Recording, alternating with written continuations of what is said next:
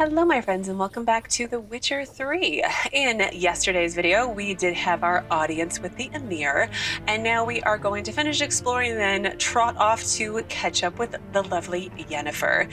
So I did do some preliminary exploring and looting in this area. I'm not sure what this is right here. I'm very interested in it. I wonder what the green goo does, but I can't seem to figure that out. But the only thing I have left to loot and read is in this bookshelf, and it says, "What shall become of Temeria?" which should be interesting because it doesn't exist technically anymore before Nilfgaard invaded and then afterwards, I assume. So anyway, Temeria, a land where milk and honey once flowed, and what did she wrong the gods that they should treat her so cruelly? The Pearl of the North to some, she proved a galloping range for Nilfgaardian cavalry to others. As a country, it had survived 2 previous wars against the Empire. It was here that the war's bloodiest battles were fought. It was in Temeria where the most bestial deeds were wrought. It was Temerian civilians who bore the full brunt of these wars' horrors, and bear them we did, bravely and steadfastly, until the demise of our great protector, King Foltest. Then Providence turned its fickle face from Temeria. Murdered most treacherously, Foltest failed to leave Temeria a worthy successor, which seems weird because, like, he had his daughter Attre, who was married to Radovic, but then he had his 2 illegitimate children, so one of them could have taken over, but, like, I don't know. You know, succession things happen. Anyway, and so all manner of curse soon fell upon her, tearing her apart like so much carrion. She had no more allies then. None remembered that we had once been the armor protecting the north from the designs of the mad dancer, he who had the gravestones of his foes pounded into a ballroom floor. A free and independent Temeria is no more. A dark-faced sun looms over her every rampart.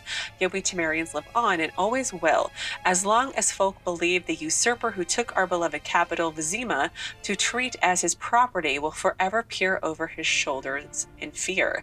For in the shadows lurks not one dagger, but the power of a nation of daggers, waiting to deal justice's blow. Yeah, that's what happens when you conquer countries. They get a little peeved. Directly out of northern. Still can't talk to him. Inconceivable. So let's talk to Yennefer. Geralt, that tunic, you look positively smashing. Ugh, dying to take it off. I'd consider that a proposition under different circumstances. One I might even take you up on. But we've matters to attend to.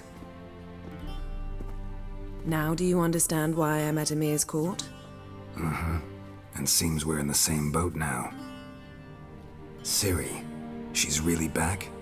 No chance he's mistaken? Look, that's more or less what she looks like now. Or so our agents claim. Our little witch has grown into a young lady. How long ago did she run away? I mean, how old was she? Huh. So there are agents now. Yeah, she's all grown up. Yeah, she is all grown up. How about that? She's grown up? It's been years since you trained together at Kaer Morhen. A great deal has changed. You haven't? Not a bit? I missed those awkward compliments of yours. But let's focus on Ciri, all right? Right. Emir said the Wild Hunt's after her. I'd find that hard to believe before what happened yesterday. How did they track us down? Because of me. You see, I've spent months searching for Ciri. Using locating spells, haruspicy, geomancy, anything, really. I knew the Wild Hunt might sense it, perhaps even find me, but I thought I'd tricked them. Well, guess you were wrong. I've sensed them on my trail, hunting me, for some time. If not for you and Emir's soldiers, they'd have gotten what they were after. I can't risk another encounter like that. It's time to put away the magic, turn to more traditional methods. To the best tracker I know. You must find her, Geralt. Before the Wild Hunt does. So what's the Wild Hunt want from Ciri? The Wild Hunt? What could it want from Ciri? I've no clue, Geralt. Might have written them to ask, but I don't have their address. I know as much as you do. It must be about her blood. Her gift. As for what the hunt wishes to do with that gift, I'd prefer not to think about it, really. So, where has Ciri been seen? So where's Ciri been seen, exactly? In 2 places. Velen and Novigrad. The trail in Velen is most promising. You should make that your first stop. Ask for a merchant named Hendrick at the inn at the crossroads. One of the Emperor's agents. He should get in touch with you. That's it? No passwords? Secret handshakes? None. Sorry to spoil your fun. Your boyhood fantasies about the crafts of the trade. All we have in Novigrad are unconfirmed reports, rumors. But there you will have the help of our mutual acquaintance. Triss Merigold. Apparently she's got a cozy flat on the main square. Sure she'll be delighted to see me. What about you? What will you do? I shall sail for Skellige. There was a magic explosion there recently, blew half a forest down. I believe this had something to do with Ciri. I'll be in Caer Trold. Join me there once you've learned something. Okay, so before we part, why didn't you contact me earlier? One thing before we go. Why didn't you contact me? Didn't need me? Didn't even want to see me? I didn't want to spoil things. I'd heard you and Triss made a great couple. Oh. Again, I'd lost my memory. Really? That's your excuse? Let's drop it, all right? It's not what you think, or it helped me understand how much I love you. I don't wish to hear it. Any of it. Okay. That's really unfair of you, but I mean, were you not with anyone in all this time too? It's fine, whatever. So, time to get going. I mean, I imagine she's just jealous because Geralt didn't instantly remember her or forgot her to begin with, or... Okay, it's complicated. So time to get going.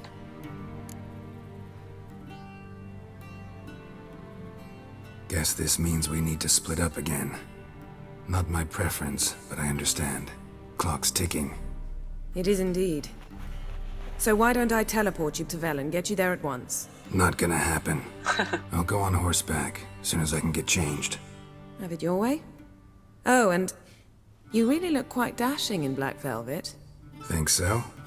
Maybe I can have some of my armor lined with it. Good luck, Yen. Same to you. And if you wish to learn what's happened in the world while you and Vesemir roamed the wilderness, talk to Ambassador Attre. That's him over there. Oh, good.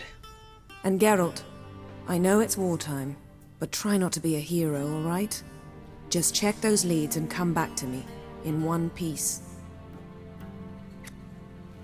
I shall be waiting. That's it? That's all we get? No, like, deep discussions about our relationship and how we feel about each other, and oh, she's out of here. Okay. I have to say I'm a bit underwhelmed. I would have expected more.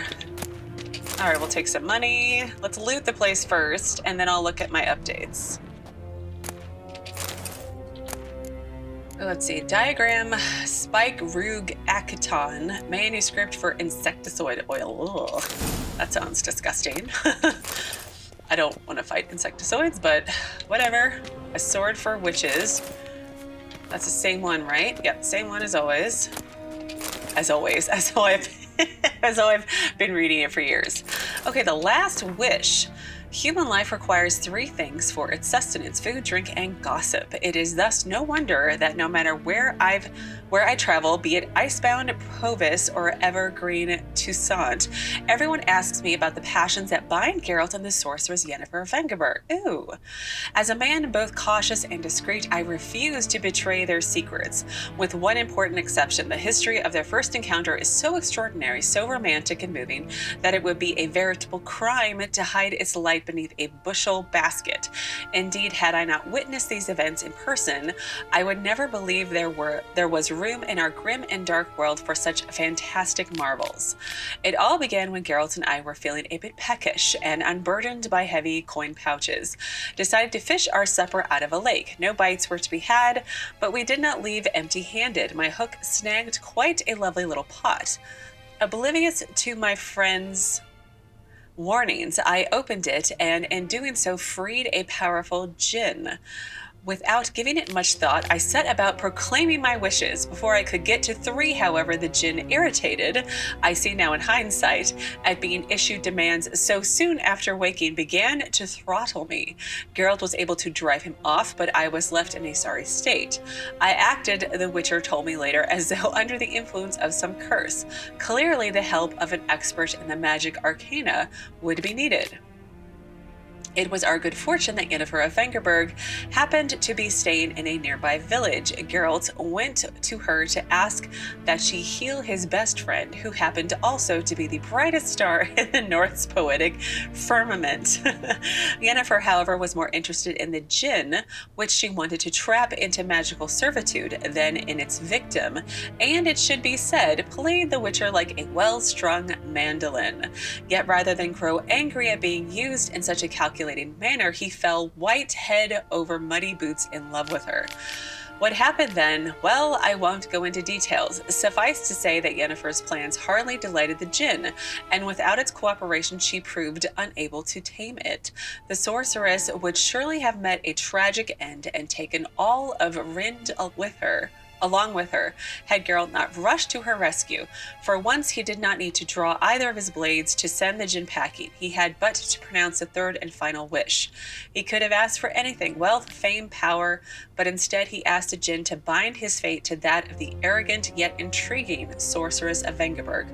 Julian Alfred Pancratz, Viscount of Lettenhove, born 1232, award-winning poet, playwright, and troubadour, frequent performer at the courts of Niedemir, Vizimir, Venslav, and many other nobles and notables, alumnus of Oxenford Academy. Is that Dandelion? I assume that's Dandelion. Interesting. Very interesting.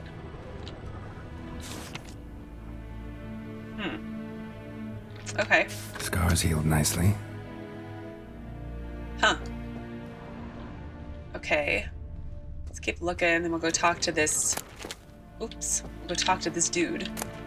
The collected verses of a Gonzal de Verceo. Alright, not gonna read that one out loud. Did not seem quite as interesting. No, I can't look at that again? Rusty bread knife. Stuff all over the floor. Sword for witches again. The Wild Hunt. Can I read that one? From farmers and herdsmen, milkmaids to midwives, all the common folk of the continent whisper sharing tales of a wraithly procession pounding across the sky. The Wild Hunt, they call it. Winds and gales, storms and blizzards arise when it is sighted, and all grows cold. Though the sun shone bright moments before, some remember only the cold from the shock of the encounter and claim the riders come always in winter. But nay, that is not so. The hunt brings its own ice. Death and war gallop in its wake, or so the superstition goes. Yet evil enough is the hunt itself. It takes full captive youths most often in the prime of their wilding years. With 10 to 20 summers behind them, the hunt rushes in and they disappear, only to return long years later with no memory of what passed in time between. Herm. There's something else over here.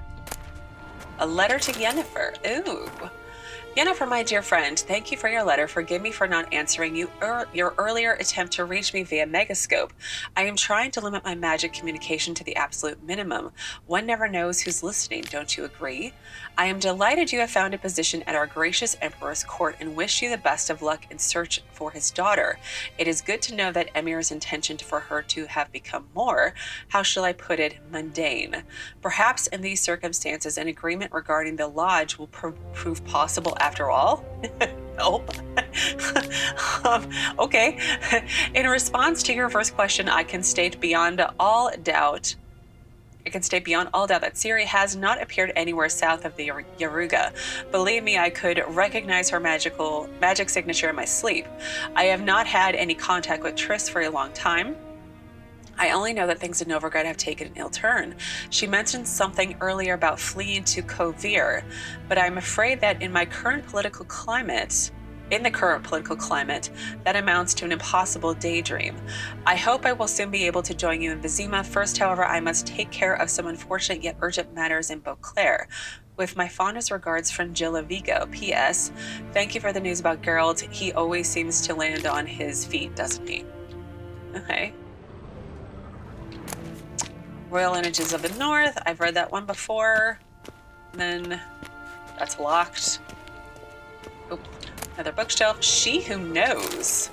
Well, I got an achievement called Bookworm from picking up that last book. I need to be a little bit more picky about my ratings. I'm starting to lose my voice. So, let's see.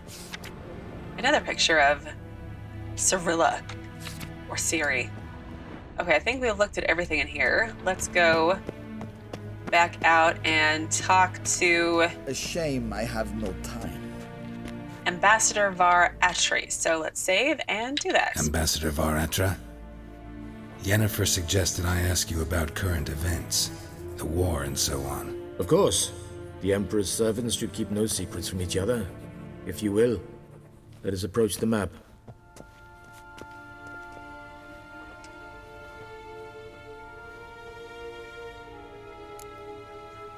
Okay, how is the war going? Situation in Velen. It's new in Novigrad. It's the latest from Skellige. Well, let's start with one and work our way down, maybe? How's the war going? I mean, apart from the fact that Nilfgaard's triumph is imminent. I assume this to be a private conversation. We've no witnesses, so let's dispense with the propaganda, even that shrouded in irony.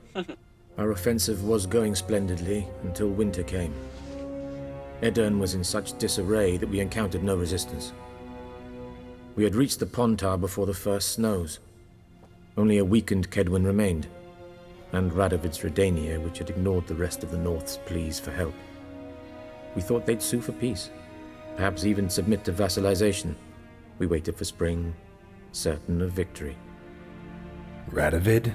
Submit? Yeah. Yes, a vain hope, I agree. Radovid sent no peace envoys, nor did he advance on our positions. Instead, he trudged over the snow-bound Kestrel Mountains and attacked Kedwin, his ally. What? Took the Kedweni completely by surprise. King Henselt fought on the front line as always, and that is where he died. His soldiers lost the will to fight. They joined Radovid's ranks. And so by spring, instead of 2 weak enemies, we had only one powerful one. Is that a note of admiration I hear? And what about Kovir? What about Kovir? Kovir values its neutrality, enough not to lend its armies, or more importantly, even its coin to either side. Returning to the war, this spring there was a massive battle in the marshes of Velen. Massive, yet indecisive. Both sides suffered enormous losses, unprecedented even. Radovid has retreated across the Pontar. He's safe for now, until reinforcements arrive from the south. Then Emperor Emir Var Emrys will deal with him once and for all. Couldn't you just go home? Save everyone a lot of marching, not to mention a few human lives. Yeah. I'm afraid the stakes are too high to fold now. We can only go all in. Okay, well, what's the situation in Velen? That's where I'm supposed to be going next, right? How do things look in Velen? As bad as ever, perhaps worse. Lovely. This land never flowed with milk and honey, and now it flows with blood. Armies have swept through it several times, trampling fields, looting granaries, burning villages. Famine grips the populace. So how's ruling that earthly paradise going for you? Right. Not well, to be honest. Our forces are spread thin as it is, and Velen is chiefly swampy forests that are difficult to control. We've had several patrols never return to their camps. Thus, we've temporarily delegated authority in this region to a certain Nordling, a former low-ranking officer in the Temerian army, one Philip Strenger, better known by his nom de guerre, the Bloody Baron. I advise you well. Avoid him. Somehow I think I'm not going to get to avoid someone calling himself the Bloody Baron, especially when I have to go there, right? So what's new in Novigrad? Any news from Novigrad? Is the free city still free? Yes, although everyone knows this won't last. Radovic is in Oxenford, and the Emperor is here in Vizima, at Novigrad's doorstep, both. And both require coin and ships. Novigrad can provide these. Which is why the mood in the city is rather, well, on edge. Meaning? How do men deal with fear? They seek reassurance and scapegoats. The Church of the Eternal Fire understands this perfectly, and so it promises to improve the lives of its flock by pointing out the guilty. Who started the war? Who profits from it? Why, it's obvious. Mages, elves, dwarves, in a word, any and all deviants. I've been stationed in Novigrad for 13 years. First as a consul, then as ambassador. I've seen a great deal. Cruelty, cynicism, greed. But what is happening there now concerns me greatly. And this is where our girl Triss is, right? Great. What's the latest from Skellige? What's new in Skellige? Nothing. The islanders pride themselves on that, don't they? Doing everything according to tradition, as their forefathers did. And like their forefathers, they quarrel with each other, pillage, occasionally attack our transports. This is cumbersome, but nothing more. Skellige has always been a footnote to history, and so it shall remain. Sound awfully confident. What if King Bran manages to unite the Jarls? Lead all the clans against your fleet? King Bran is a feeble old man. From what I know, he barely remembers the names of his own vassals. Uniting all might prove difficult. Okay, thanks for your help. Thanks for your help. Think nothing of it. May the great sun light your path. Yeah, you too. Is there Yes, anything go. else to say? Something else? Nope, I guess that's it. Thanks for your help. Think nothing of it. All right, well, let's see. I have to retrieve my equipment from the Chamberlain, but I kind of want to see if I can go back out and talk to some of these people and explore out in the hallways. Let's save just in case I can't do that. Oh, I can. Sort of. How might I serve the gentleman? By returning my things.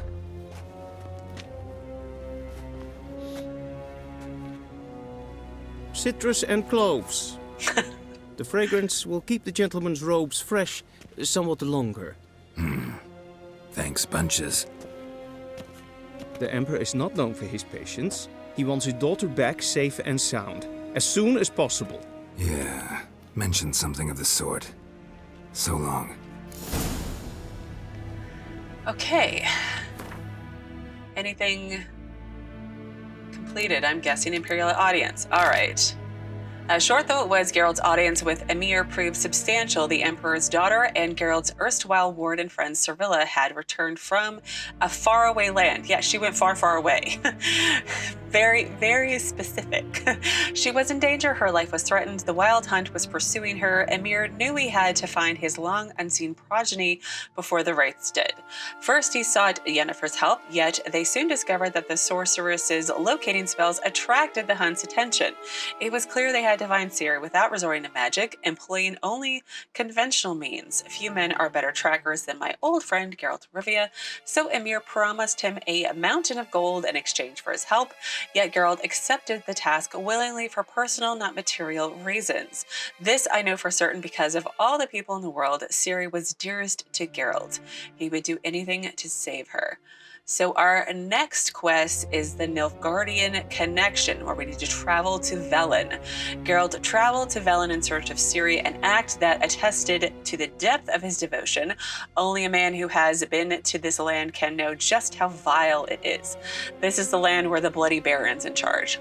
Lovely. At this time, it was commonly known as No Man's Land. Why? Well, the Emperor of Nilfgaard had not yet claimed it. Temeria was in disarray, and the Redanians had already retreated north. No man had been left in charge, and he had proved a terrible ruler. Geralt needed to find Hendrick, an Imperial agent who had been working on Ciri's case, and to gather from him what information he had managed to gather. Okay, seems redundant. Oh gosh. It really wants me to know when things have completed. Oh, there's a quest over here, and there's a fast travel point. Yes. Okay. Turn to the map. Open the map region. Yes. I've kind of figured all that stuff out. So No Man's Land. I don't want to travel there yet, so let's not click on any of that on accident. Let's wander around and talk to some people. Nope. I guess he has nothing to say. Evain Kersher is Daithwin Adden in Karn at Morwood. Okay. There's a court here. Guessworks. Yeah. Yeah. Very bored, apparently. Nilfgaardian nobleman. Anything else around here? There's flowers I can pick. Let's see. Well, let me save and talk to this guy. Then we may need to wrap up a little early today. Oh, Gwent, play me. Well, I did not win that game, and I'm not sure what the quest is. Maybe the quest is just a marker for having to beat him or something, but I think this is actually going to be where I end things for today. I might be a little bit short, but I feel like this is the best place to cut, because tomorrow we're going to travel to Velen, and I imagine that's not going to be a quick process. So that's my plan for tomorrow, and I'm ending things here today. I've said that 3 times now, I think. Thank you, as always, so very much for watching. Please do keep yourselves safe, and I will see you again tomorrow with another new Witcher 3 video. Who's asleep amidst that tree?